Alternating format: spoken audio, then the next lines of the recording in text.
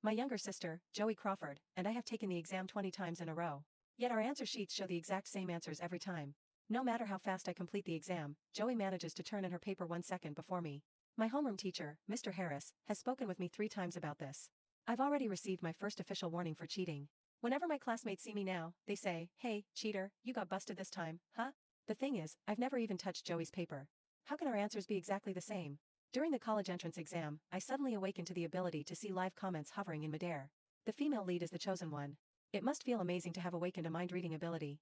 She relies on reading the side character's mind just to get all the answers. So what if the side character excels in her studies? Her role is to be the female lead's stepping stone to success. It turns out Joey has been stealing my answers by reading my mind this whole time. As I flip the exam papers over, I start singing the alphabet song in my head. Abcd Fiji. I'd barely gotten to G when I caught my sister Joey freezing up. She usually copied my answers without missing a beat, but this time her pen hovered in midair. She kept glancing back at me, her face turning red. I couldn't help it. A laugh slipped out. She panicked and stomped her foot under the desk, hard enough that the thud echoed through the room. "Quiet, please. Eyes on your own paper," the proctor said, fixing her with a stern look. Joey's face went scarlet. She shot me a glare that could have killed. If those live comments said I was her stepping stone, then fine, I'd pave her a path straight into a ditch. From the way Joey had frozen at the alphabet song but missed everything underneath it, I understood the limit of her ability. She was not reading my entire soul. She was catching the loudest surface thoughts I repeated in my head, especially answers. Good. Then I would give her exactly what she wanted, loudly, clearly, and completely wrong. The real answer to question 2 was B, so I deliberately thought, I got this one wrong on the last practice exam. It's definitely C.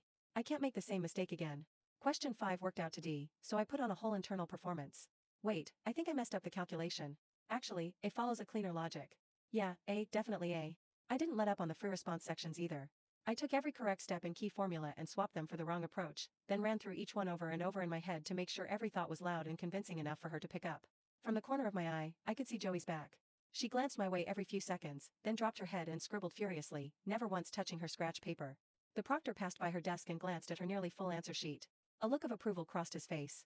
When he reached mine, he saw the page almost entirely blank, sighed quietly, and walked away shaking his head. I knew what he was thinking. From sophomore year through the first half of junior year, I'd ranked first in every exam. Every teacher considered me a lock for the Ivies. Then Joey transferred into our class, and my ranking plummeted. Worse, I'd been branded a cheater. Everyone assumed I'd cracked under pressure and gone off the rails. At the last parent-teacher night, Dad brought Joey a bouquet of sunflowers. He didn't even look at me. I kept my head down and kept feeding her wrong answers, nice and steady. An hour into the exam, a sharp click came from the seat ahead of me. Joey snapped her pen cap shut, shook out her wrist, and stood up. She was the first person in the entire room to finish. Every head turned as she carried her exam to the front. She took the long way around on purpose, passing right by my desk. She glanced down at my mostly blank answer sheet, and the smirk on her face stretched wide. The proctor took her exam and flipped through it with a smile. "Done already? That's some confidence. I'm sure you did great." Joey gave him a sweet little smile, then practically bounced out of the room. I watched her disappear through the exam hall door, and the breath I'd been holding finally escaped. I picked up my pen and wrote so fast my hand was almost a blur. Every wrong answer I'd deliberately planted in my head was gone, the real solutions came flooding back. I switched every multiple choice back to the correct option. I filled in the right answers for the short response questions and laid out every free response solution step by step, formulas and derivations included. The students around me were still chewing their pen caps and tugging at their hair, but I finished the entire exam in half an hour and checked it over 3 times. When I was done, I stacked my scratch paper in order by question number, neat and clean, and tucked it under my exam booklet. If anyone came after me later, that complete trail of work was all the proof I needed to show I hadn't changed. I stood up calmly before the bell rang and turned in my paper. Walking out of the exam hall, I spotted Joey leaning against the hallway railing, bragging to her friends. She was saying the exam had been ridiculously easy, that she'd basically aced it, and that she had her pick of the top schools. She noticed me come out and her eyes lit up. She flashed me an exaggerated peace sign, aimed right at me. Her lips moved slowly, deliberately, making sure I caught every word. "That Ivy spot? I'll be taking it. Thanks." The comments appeared again, hovering at the edge of my vision. "Our girl is absolutely iconic. I love her so much. The side character's face must be green right now. She is no match for our Joey. Go Joey go." That acceptance letter is practically in the mail. The corner of my mouth curved, just barely. Joey had no idea that every answer on her sheet was one I'd hand-fed her, and every single one was wrong. The moment I stepped out of the exam hall, I heard a voice trembling with tears. "Dad, Elle's coming out." I looked up to see Joey buried in Dad's arms. Mom stood beside them, rubbing Joey's back in slow circles.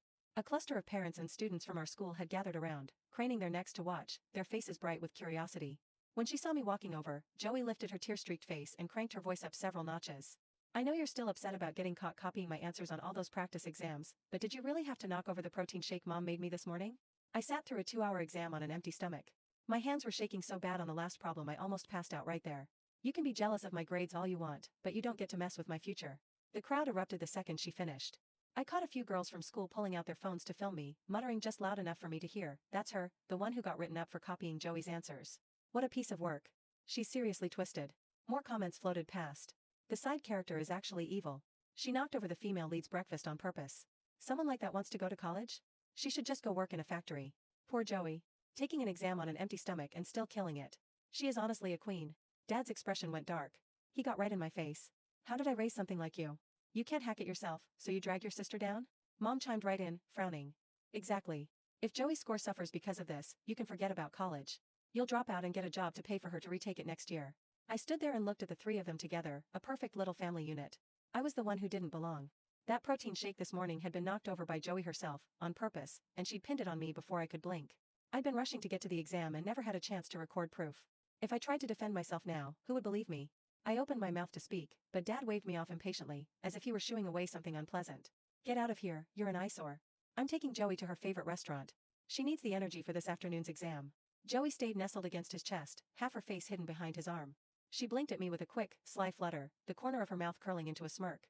There wasn't a trace left of the crying, helpless act from a minute ago. The three of them turned and walked away without a single backward glance. The crowd had gotten their show, so they scattered too, still whispering and pointing at me as they left. I wasn't angry. I actually smiled. That afternoon, when I walked into the exam hall, Joey made a point of swinging by my desk. She leaned in close to my ear, dropping her voice so only I could hear. You're nothing. You belong on a factory floor, not in a classroom. That Ivy spot was always going to be mine. More comments floated through the air. The female lead told her off. The side character is just a prop. I ignored her. The second I got the math exam, I started running through wrong solutions in my head. The real answer to a multiple choice question was A, so I kept repeating to myself, pick C. I've seen this exact type of problem before. It's definitely C.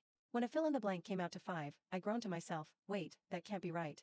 It's obviously 7. I almost lost points on a stupid mistake. Even on the final problem, worth 14. 1 points, I swapped every correct step for the wrong one.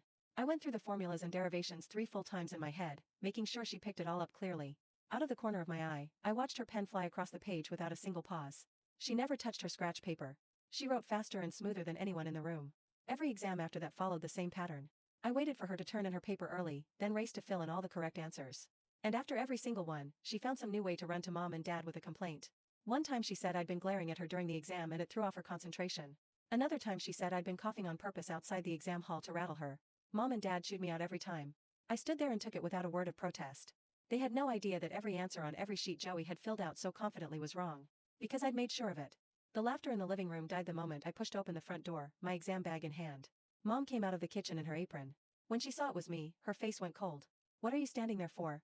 Tonight is about celebrating Joey. She just estimated her score, and she's practically guaranteed a spot at the top schools. Don't come in here and ruin her mood. Joey was curled up on the couch. When she heard Mom talking, she looked up and waved her phone at me. Hey, Elle, have you checked your estimated score yet? A bunch of our classmates have been asking how you did this time. I mean, you always used to copy off me, so they're curious. I didn't take the bait. I walked straight to my room and shut the door, cutting off the noise outside.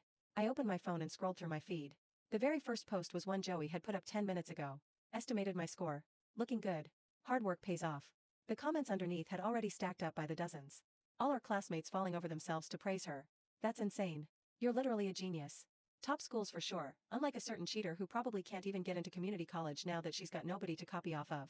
I scrolled further down until I found my own post from 3 months ago, a photo of my first place certificate from an academic competition. The newest comments had all been left today, and they were vicious.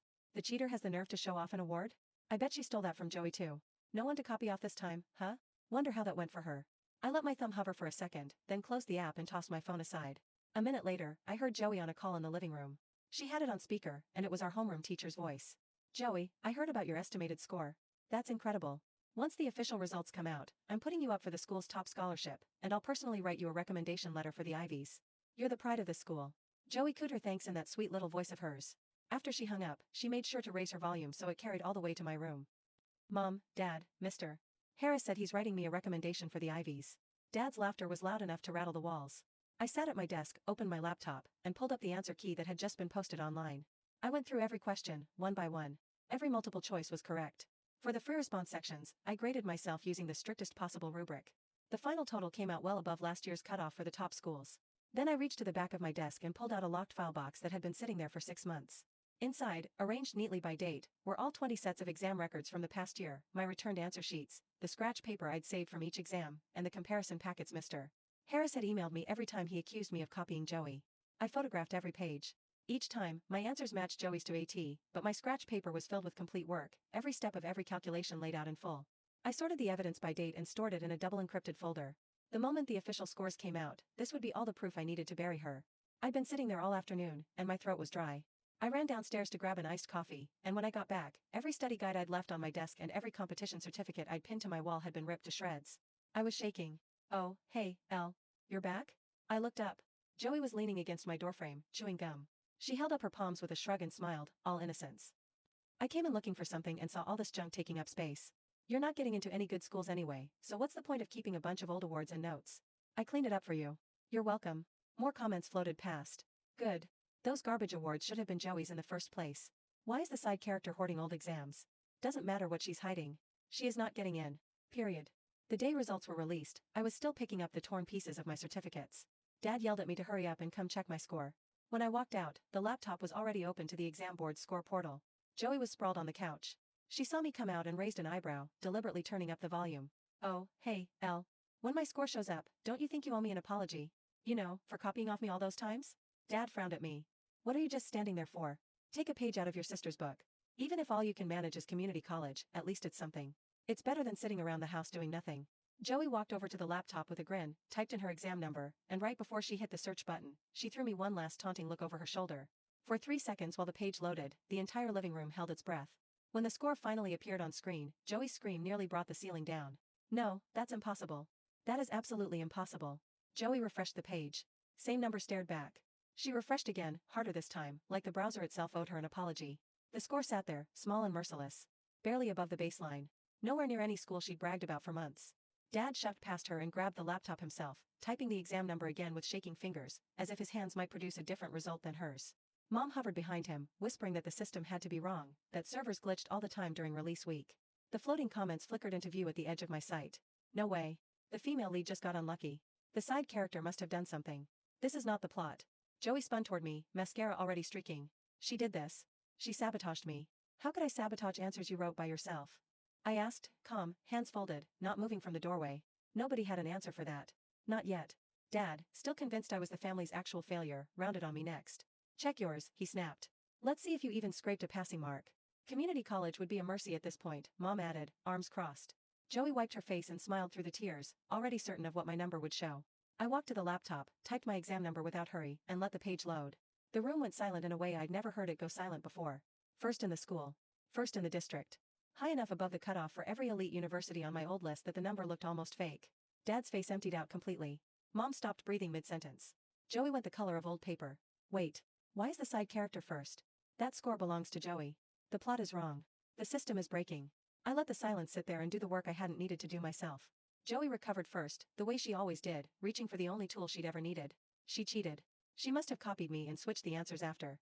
I walked to my room without a word and came back carrying the file box I'd kept locked for 6 months.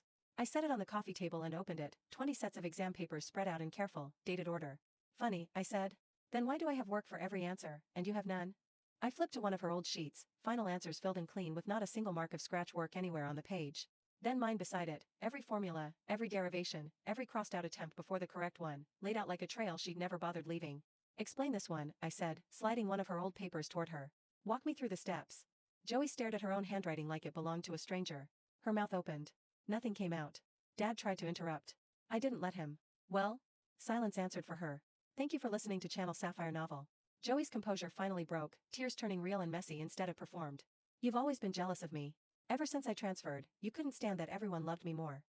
Mom's face softened, old instincts pulling her right back toward comforting her favorite. I didn't wait for her to fall for it 101st time. I pulled out my phone and opened the photos of my torn certificates, the ruined study guides scattered across my desk exactly as I'd found them. "You believed every tear she performed," I said, "but not 1 year of my work." I showed the screenshots next, Joey's bragging post, the pile of comments underneath calling me a cheater who couldn't get into community college. Then the older post, my first place certificate, buried under vicious comments posted the same day Joey's estimated score went up. Dad's jaw tightened. "This isn't the time for this." "It became the time," I said, "when you told me to drop out and pay for her future." Nobody in that room had a response prepared for that one. I didn't wait for permission or family consensus. That night, I sent the full evidence packet to Dr. Monroe, the principal, along with the exam board, the scholarship committee, the academic integrity office, Mr. Harris, and the school counseling office. 20 exams worth of matching final answers. My complete scratch work against Joey's empty pages. Submission timestamps showing her consistent 1-second lead. Today's score contrast, impossible to explain any other way. Photos of the destroyed certificates. Screenshots of a year of online harassment. A short, calm written statement. I posted one line publicly before closing my laptop for the night. I have been called a cheater for a year. I have submitted the evidence. I will not argue in comments. I will let the record speak. By morning, the panic had already started spreading through people who'd never once bothered checking their facts before typing.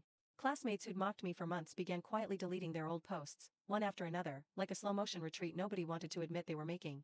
One girl, who'd filmed me outside the exam hall calling me a cheater to her followers, posted a vague new caption instead. I always knew something felt off about that situation. I replied without hesitation. Your camera worked better when you were calling me a cheater. The floating comments scrambled to keep up. Why does the side character have receipts? Delete faster, extras. This is getting uncomfortable. Joey, do something. There wasn't anything left for Joey to do. Not with the evidence already sitting in 6 official inboxes. Mr. Harris called the house that evening, voice still carrying the easy confidence of a man who assumed this was some kind of scoring error. That confidence didn't survive long. I understand you've also sent materials to the principal's office, he said, tone shifting halfway through the sentence once he realized exactly how much I'd actually submitted. I have. Perhaps we should discuss this quietly first, before anything becomes official. You were loud when you warned me, I said. The correction can be loud too. He didn't have anything ready for that. I heard him swallow before he ended the call, and I understood, clearly, that some part of him had already started calculating how much of this was going to land on his own record along with hers. Dr. Monroe called me into her office 2 days later, a room I'd never once been invited into during the entire year I'd spent labeled a cheater. I brought the file box, heavier now with additional documentation I'd compiled overnight. Joey arrived flanked by Mom and Dad, all 3 of them wearing the expressions of people who still believed this could be smoothed over with enough sincerity and a well-timed apology. Mr. Harris sat near the window, uncharacteristically quiet, his usual easy authority nowhere in evidence. I laid it out clean and simple, no mention of anything Joey wouldn't be able to explain through ordinary means. Just the facts, arranged in the order they'd actually happened. For 20 exams, our final answers matched exactly, I said. I had complete scratch work every time. Joey had almost none. She always submitted 1 second before me. This time, I intentionally wrote nothing until she submitted. Her score collapsed. Mine didn't. Dr. Monroe studied the papers spread across her desk, comparing dates, comparing handwriting, comparing the sheer volume of work on one side against the conspicuous absence of it on the other. Walk me through one of your solutions, she said to Joey, sliding one of the old sheets across the desk. Any exam. Your choice. Joey picked up the page, stared at her own handwriting like it belonged to a stranger, and produced nothing but a stammering half-sentence that trailed into silence halfway through. Take your time, Dr. Monroe said, not unkindly, though the words landed like anything but kindness in that room. Joey tried again. Failed again. Set the page down with hands that had started, faintly, to shake. The room understood exactly what that silence meant, and nobody needed to say it out loud. The exam proctor, called in for a statement the following afternoon, confirmed everything without hesitation, his account matching my own down to small details I hadn't even included in my written statement. Joey had submitted unusually early every single time, barely touched her scratch paper across 20 separate exams, and kept glancing back toward my desk throughout each session in a pattern he admitted. Now, he should have questioned much sooner. He'd also noticed, this time, that I delayed writing until after she left, then finished the entire exam in a fraction of the normal time with a full, clean trail of work behind me, the exact opposite of everything he'd normally have expected from a student under suspicion. It didn't strike me as suspicious at the time, he admitted, glancing briefly toward Mr. Harris. Looking at the pattern laid out together like this, I don't know how any of us missed it. Mr. Harris shifted in his seat, a thin sheen of sweat visible along his hairline. He'd issued 3 warnings against me based on nothing more than a pattern he'd never once actually investigated. Joey tried the performance one more time, tears arriving right on schedule. You've always hated me. The pressure got to me. Everyone's attacking me and nobody's asking why. The floating comments panicked around the edges of my vision. Cry harder. No, it's not working. Why is the female-led aura flickering? The stepping stone brought a shovel. I didn't raise my voice. You didn't want Mom and Dad to be proud of you. You wanted them to hate me. Something in her finally snapped. So what if I knew your answers, she shouted, loud enough that everyone in the room flinched. You were supposed to help me. You were always supposed to help me. The silence that followed was total. Dr. Monroe leaned forward. How did you know Elle's answers before she wrote them? Joey froze. Mr. Harris went pale. Mom sat down hard in her chair. Dad, for the first time in either of our lives, had absolutely nothing to say. Because the accusations against me had spread across the entire school for months, Dr. Monroe ruled that the correction needed to be just as public. A full academic honor assembly was scheduled within the week, every student and staff member required to attend.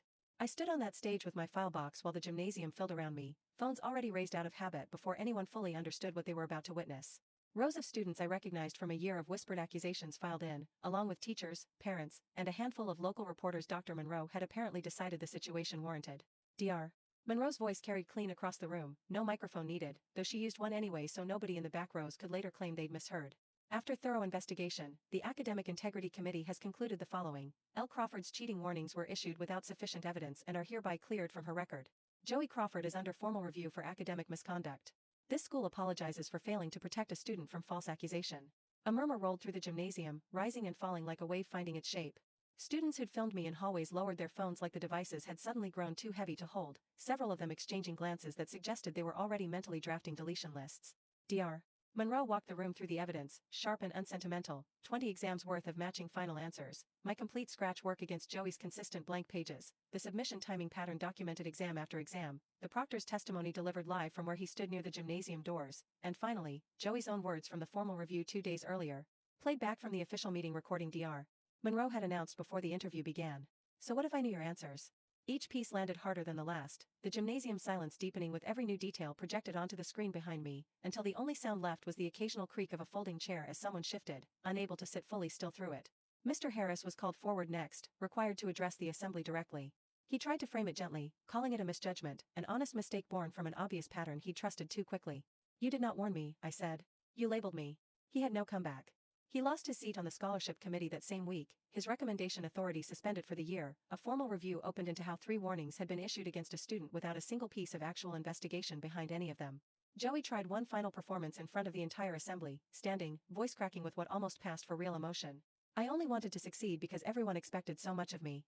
A few students shifted, sympathy flickering despite everything they just watched unfold.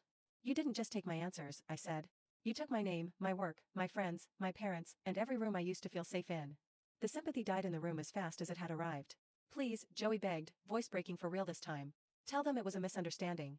You made sure no one misunderstood me for a year, I said. She sat back down. Nobody moved to comfort her. The consequences, once they started, arrived fast and complete.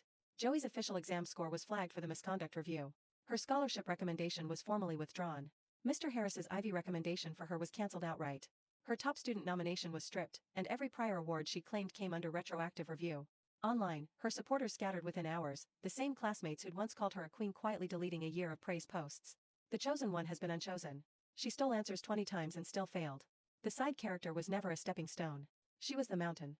The school also addressed the students who'd harassed me directly, issuing formal warnings to anyone who'd posted videos or public accusations without evidence. The girl who'd filmed me outside the exam hall was required to post a public apology. Her statement was short, careful, clearly written by someone hoping to minimize damage rather than actually reflect. I didn't accept it quietly. Deleting the post removes evidence from your page, I said. It does not remove what you did.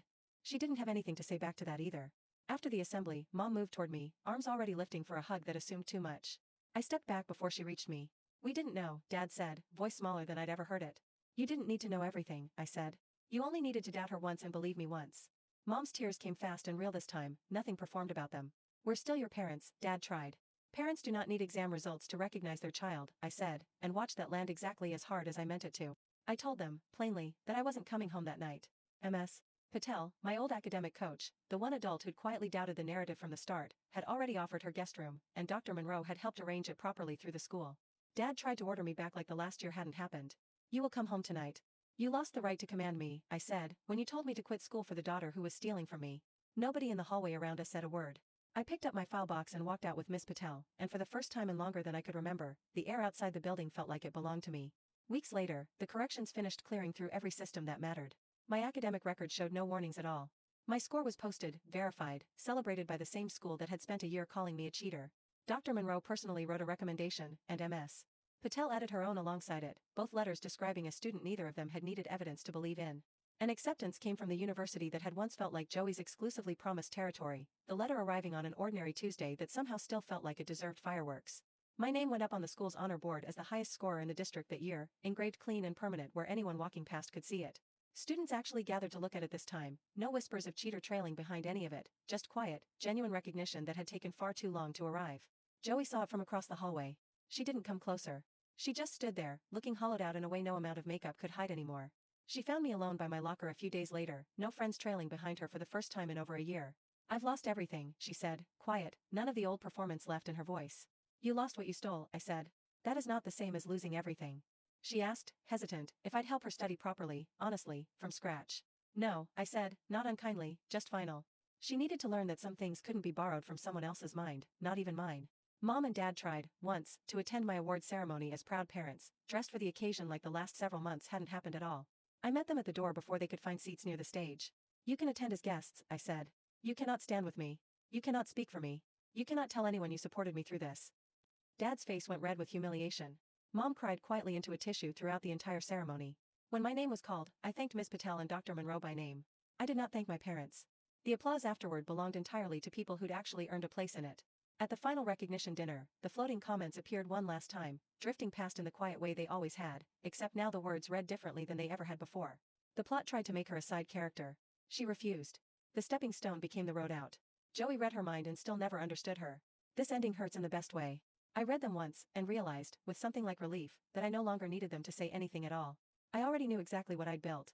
The morning I left for college, I packed my file box one final time, though I no longer needed it to defend myself against anything. I kept only one certificate inside, the first place one, reprinted clean by the school after the correction went through. Mom and Dad stood in the doorway, both of them looking smaller than I remembered them being a year ago. Will you ever forgive us? Mom asked, voice barely holding together. Maybe one day, I said. But not because you are sorry. Because I deserve to stop carrying you. Dad's eyes filled, but I didn't offer him the hug his face was silently asking for. Joey watched from the top of the stairs, silent, making no move to come down. I picked up my bags and walked out to the car Ms. Patel had waiting. At the train station, Dr. Monroe met us briefly to say goodbye, telling me plainly that I'd earned every single step of this on my own, with nothing borrowed from anyone. For a year, Joey read my mind and still never understood me. She thought my answers were my power. She was wrong. My power was knowing exactly when to stop saving people who were happy to watch me drown. Did she go far enough, or was she still too merciful? The comment, justice, if the ending was perfect. Comment, harder, if you wanted an even colder revenge. Your comments decide how ruthless the next ending should be. Like and subscribe if you want to be here for the next story.